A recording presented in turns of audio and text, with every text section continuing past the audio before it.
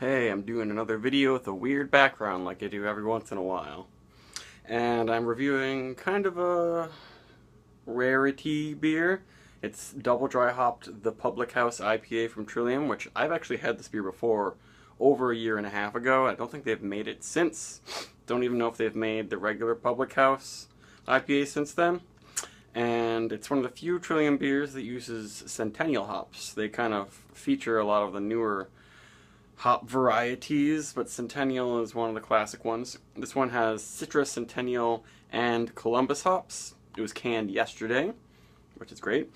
And they say that this is a little bit different from their Street series of IPAs, and that it has a little bit more bitterness, and they throw in one more specialty malt. They use C60, I guess, so it has a little more breadiness, a little more bitterness. So it's going to be actually, I think, more like your West Coast style, even though it's still going to be very much Trillium. And when I had this over a year and a half ago, I liked it, but I was like, I think I was really bored of Centennial back then, but I've realized that I can really enjoy Centennial quite a bit. And of course, this one uses Columbus hops also. And yeah, maybe it looks a little bit darker than some of their normal street IPAs. Very, very hazy still, and pretty good carbonation. Yep, looks pretty darn good. I don't have my beautiful lighting, so it won't glow, though I think it could glow. The aroma smells really nice. Oh yeah, the Centennial comes out of there and makes it smell pretty different from a lot of Trillium IPAs right off the bat, but it's so fresh that it's not getting too sappy and piney. I get a little bit of pine, but it's very citrusy. It's big on the lemon and lime, orange, grapefruit. And I can definitely tell there's some citra in there, adding some tropical elements. It's got a little bit of pineapple, spicy pineapple going on. A little bit of some cantaloupe melon things happening in the aroma. It's really nice, very clean. And I'm not really getting more. Maybe it's slightly breadier than some of their other IPAs, but it doesn't smell like caramely or too toasty or anything like it, and getting in the way of the normal juicy, fruity Trillium hops. But that smells, yeah, really good. It's really a really refreshing, slightly woodsy smell. Yeah, the combination of Citra and Centennial reminds me a little bit of El Dorado, but El Dorado has some more sweeter sort of berry elements and lots of woodsy lime. I get this smells a little bit like a really good batch of Fresca, like grapefruit flavored soda. Oh yeah, that's got a little bit of a hot, bitter assault at first that I'm not totally used to with Trillium.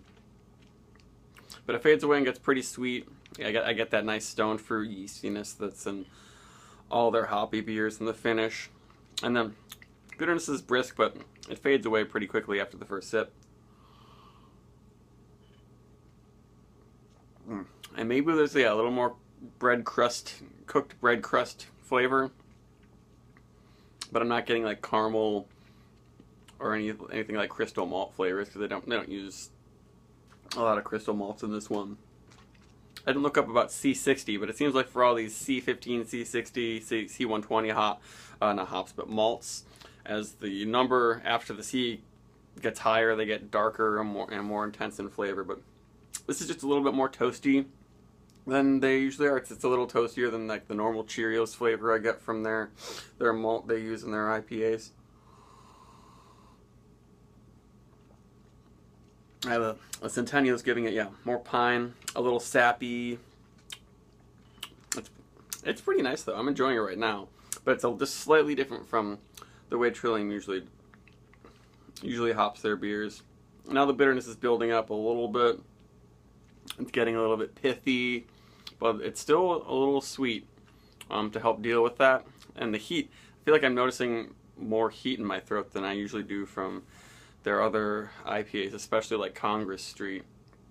I think it's the quality of the Centennial hops just brings out more perceived bitterness, and that bitterness might add on to the alcohol heat That's one thing that I'm noticing that isn't super pleasant.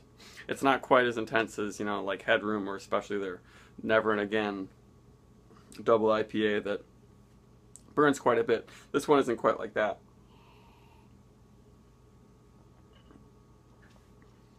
But I like it quite a bit. It's just it's nice to have something that's pretty different from Trillium. I mean, not pretty different, but throwing in Centennial, it makes you kind of be able to taste and separate. Yeah, all their Citra and juicy fruit tropical IPAs, and know that like they can still use Centennial hops in their beer, and actually I can taste the Centennial, notice that it's in there. I guess I would have to do a blind taste test. Maybe I could do that with one of their other double dry hop beers. I have their double dry hop A Street that I'll do a review of tomorrow.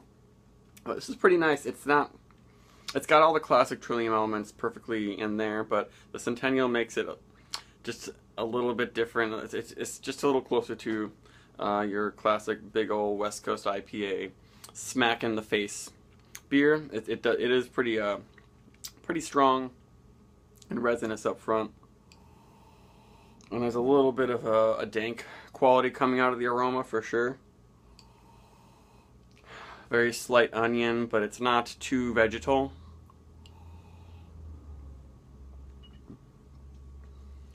There's maybe just a very, very light asparagus sort of a green flavor, but not too much. Not taking it into like a different brewery that might have more green characteristics in their IPAs that I drink often also. But I'll do like maybe 85 for this one.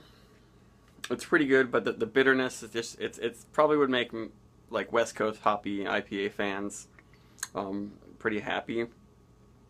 But I really appreciate that they did this one again, because I was honestly getting a little tired of all the Mosaic and super tropical IPAs. Sometimes I want to see what the East Coast style does with a beer or a hop like Centennial, and it's still a really great beer.